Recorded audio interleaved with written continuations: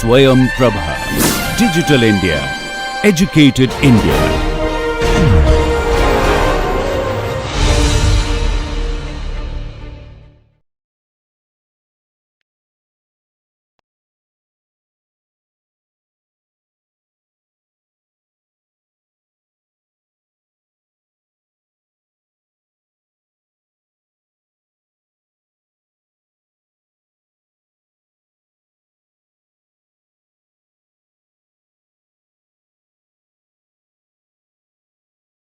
Hello everyone.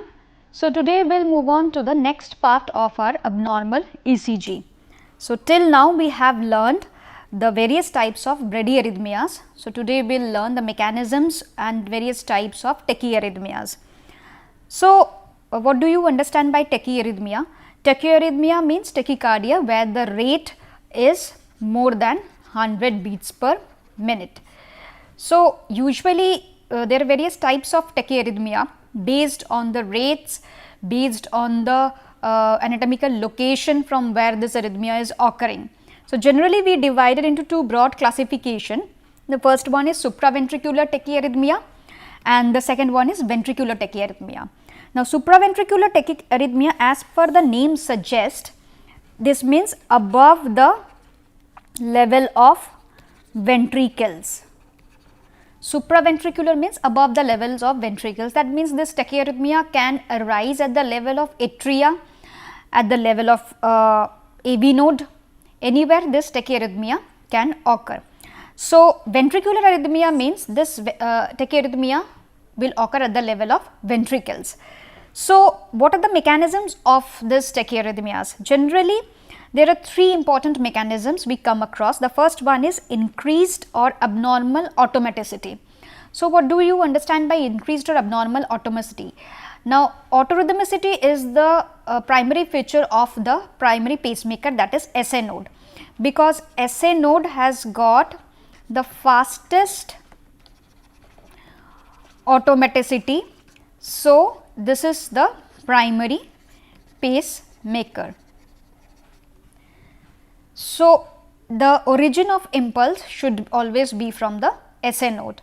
If besides this SA node anywhere else any cells other than the SA node is causing the generation of the impulse, then that is increased automaticity or abnormal automaticity. Suppose AV node is generating the impulse, suppose the bundle of His is generating the impulse, suppose atrial cells are generating the impulse, the ventricular cells are generating the impulse, any cells rather than the SA node who are generating the impulse, that is known as increased automaticity or abnormal automaticity.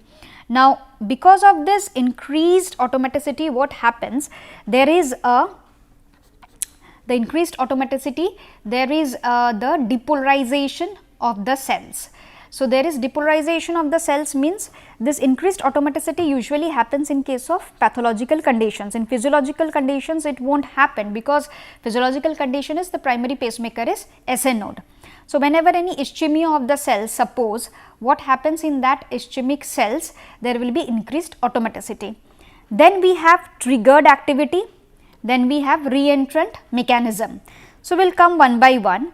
In increased automaticity, as I told you, any rhythm which is escaping the overdrive suppressions of the SA node, and that escape rhythm is taken over by the latent pacemakers. Now pathological conditions usually I told you occurs because of the ischemia. Now the very important principle for ischemia generating automaticity is ischemia will cause hypoxia. That means there is decrease in the concentration of oxygen. The cells will be having hypoxic condition. So in this hypoxic condition, we know there are various important channels. We had already discussed in the voltage gated channels.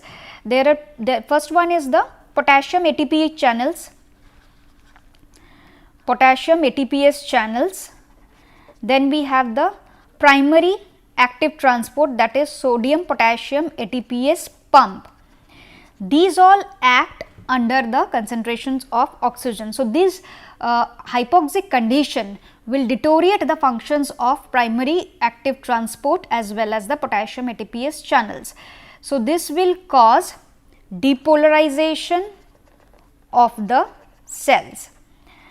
Now, depolarization of the cells will occur because if suppose the primary active transport is not functioning, that means the cell is not coming to the resting membrane potential of minus 90 millivolt, which means the cells is having loading of cations because it is not able to throw out the sodium outside and it is not able to take the potassium inside. 3 sodium is 3:1 is the ratio, coupling ratio. 3 sodium is thrown out and 2 potassium is taken inside, and that maintains the negativity of the resting membrane potential across the cell. So, this will not be possible. So, because of the loading of the cations, and in case of potassium ATPase channels, usually what happens, these channels open whenever there is the hypoxic conditions.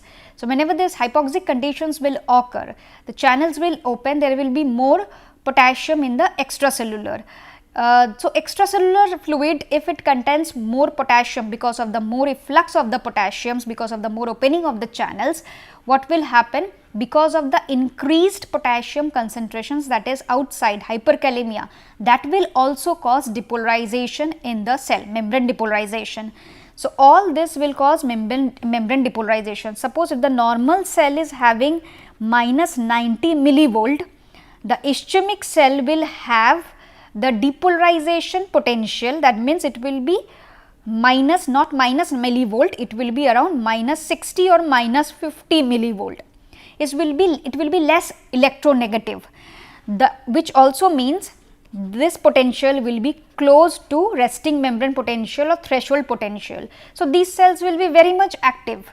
The cells, these ischemic cells will be very much liable to the increased atomicity or triggered activity. So, this is the basis of the generation of the extrasystoles or arrhythmia because of increased automaticity of the cells. So, starts firing extrasystoles, and because of there is a change in the resting membrane potential towards depolarization. The same thing happens in case of triggered activity or after depolarization. After depolarization per se is not after depolarization, it means the depolarization is occurring after or during the repolarization phase. Now, as we had already been come across the terms about absolute refractory period and relative refractory period. So, in case of early after depolarization means when the depolarization is occur during the late repolarization, that means during the refractory period, late refractory period. So, at that time what happens, the strong stimulus is enough to trigger another action potential. Similarly, when the repolarization is already over, at that time if the trigger is occurred, a strong stimulus is given, then also we will get another action potential. So, triggered activity is usually after depolarization, that means depolarization which is occurring during repolarization or soon after the repolarization. A strong stimulus can activate and generate an action potential and produce extra systoles or extra beats. Coming to the reentrant phenomenon, or the other name is circus movements. Now, what happens in case of reentrant phenomenon? Generally, the impulse will move in a cell in these directions. Generally, there because the impulse conduction is regular, the normal impulse conduction is regular, fast, uniform, without any hindrance in the pathway. But what happens whenever there is a hindrance in the pathway? Now, suppose there is a scar tissue. What will happen? The impulse will come and it will pass in this fashion. Now, this portion, it might not go to this portion because this portion might be refractory. So, whenever it will pass here, after that whenever it will come back to this region, this portion, the portion which was refractory earlier, that might become excitable, and hence the circling motion of this current goes on, impulse goes on. So, we can see depolarizing impulse arrives to an area that displays the characteristics of the necessary to cause re-entry phenomenon. So, here it is entering, you can see this is the scar tissues. The impulse encounters a block, this is the black circle, and manages to get around it, it is getting around it. Now, this impulse will not be coming to this part because the cells here are not excitable. Now, for the re-entry phenomenon to occur, the very important thing is the cells should be excitable, so that the current could be conducted in that cells. If the cells are not excitable, then the current will not get conducted through those cells. So, here the impulse gets blocked because of the refractoriness, because of the non-excitability of the cells. So, the impulse passes here. Generally, the impulse should travel here, but in spite of traveling, the impulse runs around the block, because by the time it moves here, this cells becomes excitable, and finally, the blue cell will also become excitable. So, by the time the impulse arrives to the previously blocked area, this area has become excitable, the circus movement has been established, and the wave front current encounters the excitable tissue, and this re-entry loop is created. Now, this if it is happens one, it is all right, but if it is happening constantly like this, it will throw numerous depolarizing waves. It will throw numerous depolarizing waves towards the out to the myocardium, and so this is the re-entry circuit which gives rise to various types of arrhythmia. Now, the only thing to remember is the excitable cells are necessary for re-entrant phenomenon. That is why termination of this arrhythmias are done with electrical shock or DC shock. So, whenever we give the electrical shock or cardioversion to the patients who are coming with arrhythmia, we depolarize all the excitable cells. This shock is given to depolarize all the excitable cells. When the electrical shock will depolarize all the excitable cells, so the re-entry circuit will die out. So, the re-entry circuit will die out. Generally, this re-entry loop is classified into anatomical and functional. Anatomical, the most important example is atrial flutter. This atrial flutter usually happens around the tricuspid valve. So, there is a presence of an anatomical tissue which is usually not excitable. The valvular tissues are usually non-excitable. So, this non-excitable, this valvular tissues, they generally do not generate any impulse. So, around the valvular tissue, this re-entrant phenomenon occurs, and this is anatomical. But when the block can be present anywhere, and we are not supposed to define where the block is present, at that time this is known as functional re-entrant loop, which usually happens in case of atrial fibrillation. Atrial fibrillation, ventricular fibrillation. So, these are the functional re-entrant loop. Now, coming to the Wolff-Parkinson-White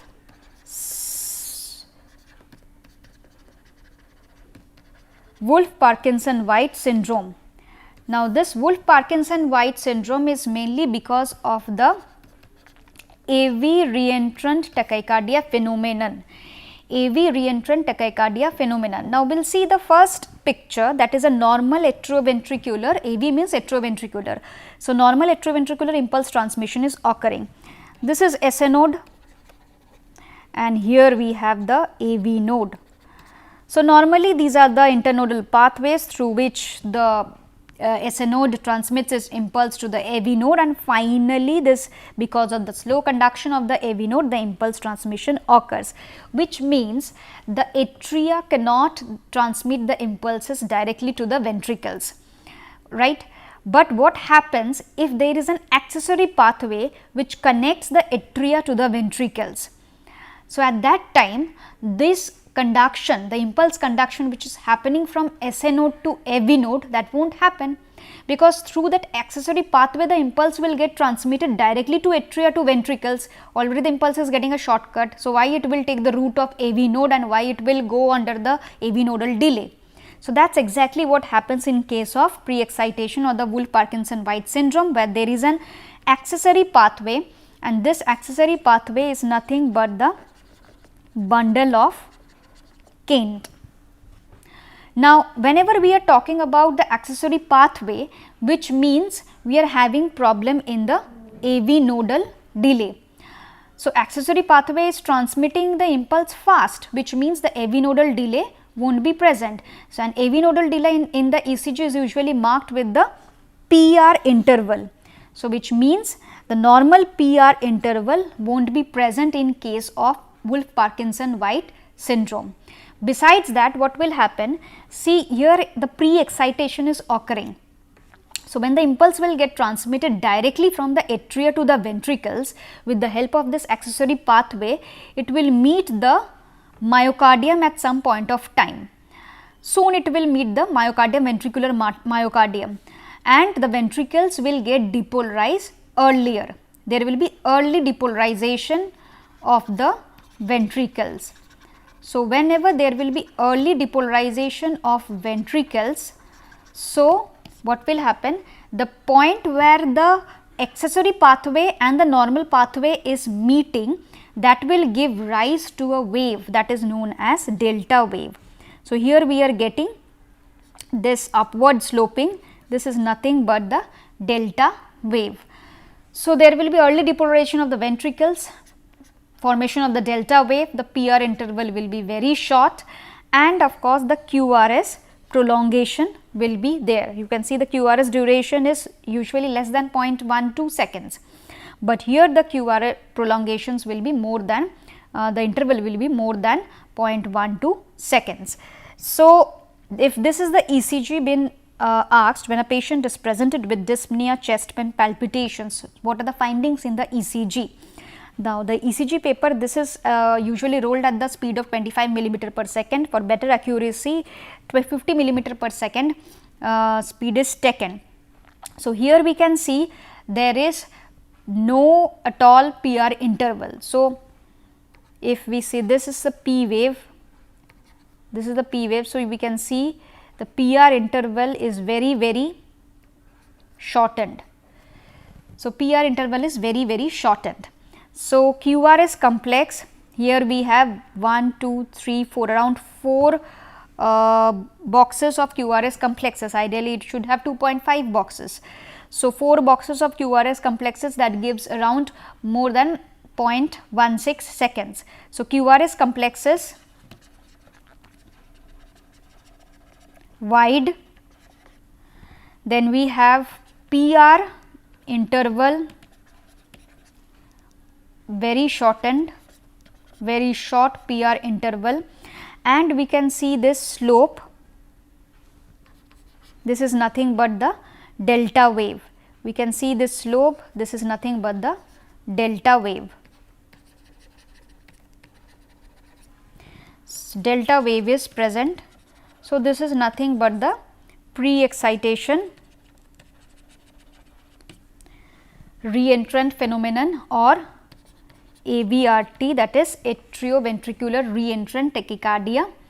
Very specifically, you can say it as Wolff-Parkinson-White syndrome, what we get.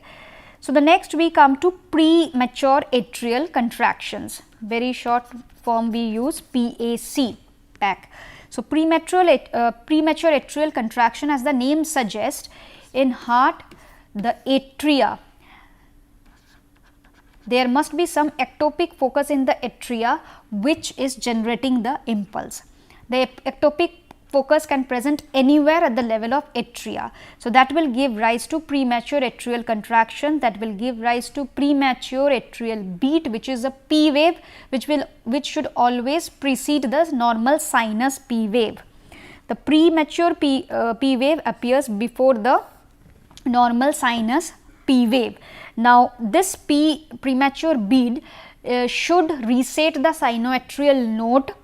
The sinoatrial node should be reset so that the next beat, for the next sinus beat to occur. So that's why that resetting takes some time. So that's why we get an incomplete compensatory pause, which we get actually complete compensatory pause in PVC, that is premature ventricular contraction. So what we see over here, this is a sinus beat, this is a sinus beat, and this is a premature atrial beat. So premature atrial beat is having a P wave, we can see a P wave, a QRS complex and a T wave, all the waves are present. Then we get another sinus beat. Now this premature atrial beat, we can see the duration, this duration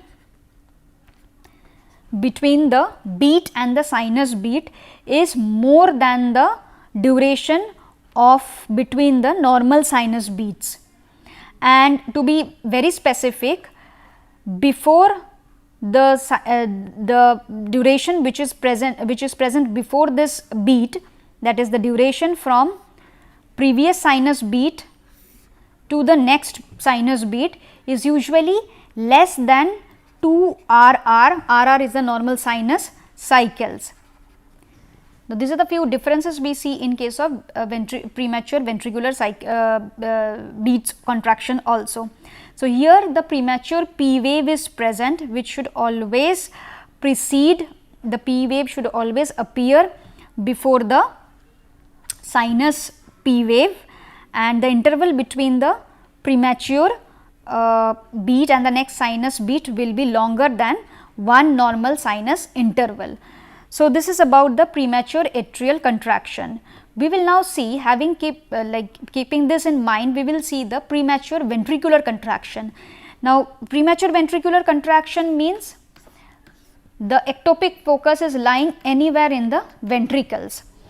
The ectopic focus is lying anywhere at the level of the ventricles. So, whenever the ectopic focus at the level of ventricles will generate an impulse, generally we do not get the P wave, because it is generating at the level of ventricles, not at the level of atria. So, here premature ventricle contraction will not be having P wave in preceding to it, the beat. So, this is the premature ventricular contractions. Here we can see the normal sinus beat, and this is the premature ventricular contractions with the T wave inversions. Now, this is mainly because of the abnormal repolarization. We can get to see the T wave changes because of the abnormal repolarization due to the abnormal depolarization. The second most important thing is the duration. Now, premature ventricular contraction usually does not set the sinoatrial node. So, that is why it usually gives a complete compensatory pause. That means the next beat, the next sinus beat will occur at its own schedule. This is 1 RR interval, and from here to the next sinus beat we get the 2 RR interval cycle. This is the PVC. The sinus beat after a PVC occurs on schedule due to the complete compensatory pause. So, this much you have to remember in premature ventricular contraction. Now, this sort of ECGs you are supposed to remember, you should not forget. What is this ECG, where you can at least identify the P waves and the waves, and what is this ECG where we are getting bizarre irregular small waves. So, one is the atrial flutter, the other one is the atrial fibrillation. In one you get where the waves are very much visible, those waves are known as flutter waves, similar to that of the P waves, and the irregular waves which you are getting, those in the other ECG, those are fibrillatory waves. Flutter waves denoted by capital F, fibrillatory waves denoted by small f. Now, atrial flutter, the mechanism already I had told you, the re-entry phenomenon occurs at the level of anatomical location, that is usually around the tricuspid valve. You can see this is the tricuspid valve. The re-entrant phenomenon here can occur anti-clockwise, can occur clockwise. Based on the re-entry circuit, whether it is occurring anti-clockwise or clockwise, we get the appearance of the flutter waves, positive or negative, in the respective leads. So, generally the rate is usually 250 to 300 beats per minute.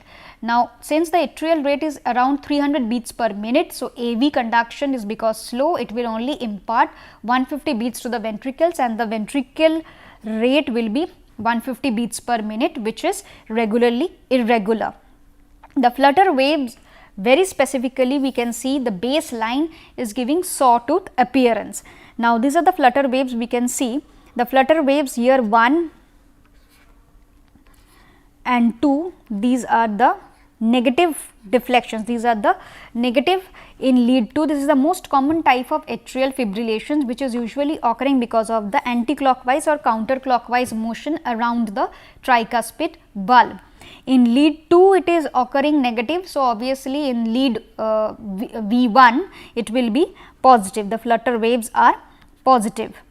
These typically they appear as the P wave with shorter duration. So, atrial flutter, next we come to the atrial fibrillation. We should remember atrial flutter 300 beats per minute, atrial rate and the ventricular rate is 150 beats per minute, which is regularly irregular, and we get sawtooth like appearances. Now, atrial fibrillation with fibrillatory waves, these are small f waves, these are irregular waves. There is absence of P waves, we do not get to find any P waves over here, and the F waves morphology, if you see, they are beating irregularly. So, 300 to 600 beats per minute. So, ventricular rate is 120 per minute around, and this is baseline fibrillatory waves we get in atrial fibrillation. So, atrial tachycardia, atrial flutter, atrial fibrillation, the rate actually increases. The tachycardia is more than 100 over here, and atrial flutter, the atrial rate, the atrial tachycardia, the atrial flutter is around here is 250 to 300. The atrial fibrillation is obviously 300 to more than that, 300 to 500 or 600 beats per minute. So, this is all about your atrial tachycardias. Now, we come to the atrioventricular nodal re-entry tachycardia. This is not to be confused with atrioventricular re-entry tachycardia. This is nodal re-entry tachycardia, that was Wolff-Parkinson syndrome, that is AVRT. This is occurring at the level of junction, and AVRT was occurring at the level of atria, that because of the internodal pathway, accessory pathway. So, this is usually supraventricular in origin, it is also called as PSVT, paroxysmal supraventricular tachycardia. Since it is occurring at the level of AV node, so that is why it is supraventricular. Paroxysmal because it happens suddenly, the onset is sudden, the ending is sudden. So, that is why we call this as PSVT. Now, atrial impulses, the mechanism we will see. This is the AV nodal junctions, the atrial impulses from ectopic focus reaches the AV node. The ectopic focus is anywhere at the supraventricular level, it reaches the AV node. Now, the two pathways in AV node is there, one is refractory, the other one is where it will get conducted. So, it gets conducted through the other pathway and reach the ventricles, where the ventricles get depolarized. But by the time it reach the ventricles, the other cells becomes excitable. As I told you, the re-entry phenomenon needs the excitable cells to occur, otherwise it will die out. So, the refractory pathway now gets excitable, impulse get conducted through the same, it gets back to the AV node and the re-entry circuit. So, what is happening? This re-entry circuit is moving and moving. So, there is a wave front forming at the level of AV node. So, that is why it is known as atrioventricular nodal re-entry tachycardia, and it is usually not accompanied with the P wave. So, this P wave is not present. Sometimes you can get an inverted P wave or the wave just after the QRS complex, but that is actually pseudo S waves. This usually occurs because of the retrograde travel of the impulse from ventricles to the bundle of his to the AV node and then to the atria. So, because of this you might get, otherwise generally we do not get the P wave in case of this supraventricular tachycardia. Now, coming to the ventricular tachycardia, the most dangerous arrhythmias. So, ventricular rate usually ranges between 100 to 150 beats per minute, that is slow ventricular tachycardia. 150 to 250 beats per minute, that is ventricular tachycardia. More than 250 beats per minute, that is ventricular flutter. More than this, we have the ventricular fibrillation and then a systole. So, wide QRS complexes you will get in ventricular tachycardia is one of the important features of ventricular tachycardia. Besides that, the classification can range based on the anatomical location from where the tachycardia is occurring, duration of the tachycardia based on that. So, sustained VT or sustained ventricular tachycardia means it is occurring for more than 30 seconds. Less than 30 seconds, non-sustained VT. Monomorphic ventricular tachycardia means only one ectopic focus is there in the ventricles from where re-entry phenomenon is occurring. Generally, the fascicular VT, fascicular ventricular tachycardia is usually monomorphic VT. The polymorphic VT, which is further more dangerous, that is many ectopic foci are there. Too many ectopic foci are there, we do not know from where the impulses are originating. The most common example is long QT syndrome. Then we have Brugada syndrome. Now, in case of long QT syndrome, the polymorphic VT which is occurring, that is also known as Torsades de Pointes. So, this is the polymorphic ventricular tachycardia which is occurring in the long QT syndrome. Now, this is the ventricular typical picture of ECG which is seen in ventricular tachycardia. Here you can see the P waves, you can see the P waves, you can see the P waves, we can see the wide QRS complexes. What we can see is the AV dissociation. That means there is AV dissociation, P waves are seen usually and QRS complexes are seen separately. So, there is an AV dissociation. AV dissociation is very much confirmatory in case of VT. Whenever AV dissociation is occurring, that means it is ventricular tachycardia. Next, we have the QRS complex which is wide and the normal between the ventricular beats and the normal beats there. So, that is a fusion beat. Now, fusion beat also occurs in case of premature ventricular contraction.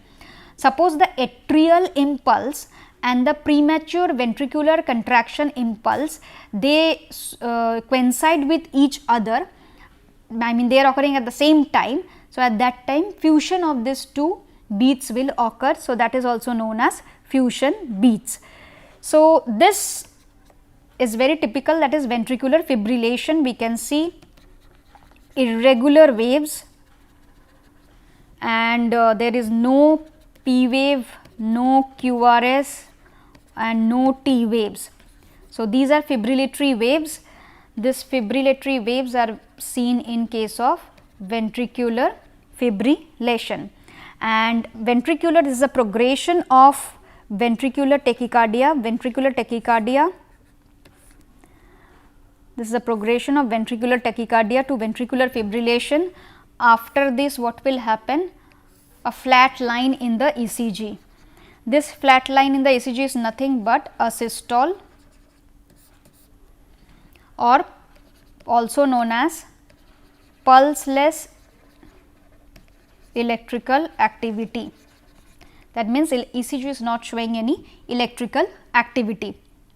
So, this is known as, this is the usually transformation if the ventricular tachycardia is not promptly managed, then that can further progress to ventricular fibrillations, which is life threatening because it can go to cardiac arrest. So, what is this ECG which is shown over here? Now, this is the ECG, we can see some artifact over here. This artifact, these are nothing but pacing stimulus artifact. That means pacemaker is placed in the heart. Now, where this pacemaker is placed, if this pacemaker is occurring before the QRS complex, which means it is a ventricular pacing has been done. If this artifact would have been before the P wave, that means atrial pacing would have been done. So, in this case, this is the ventricular pacing which is done. So, now coming to the summary of today's topic, that is tachyarrhythmias. QRS complex is less than 0.12 seconds, usually SVT. If it is more than 0.12, we take it as SVT as well as bundle branch block or any electrolyte disturbances. It can be pre-excitation syndrome, that is accessory pathway, Wolff-Parkinson-White or AVRT, or ventricular tachycardia. Supraventricular tachycardia, usually they are not that much dangerous, but in case of the Wolff-Parkinson syndrome or any ischemic heart disease is present with the supraventricular tachycardia, proper care should be taken on. Ventricular tachycardia is always concerning because it can progress to ventricular fibrillation and cardiac arrest if not treated well.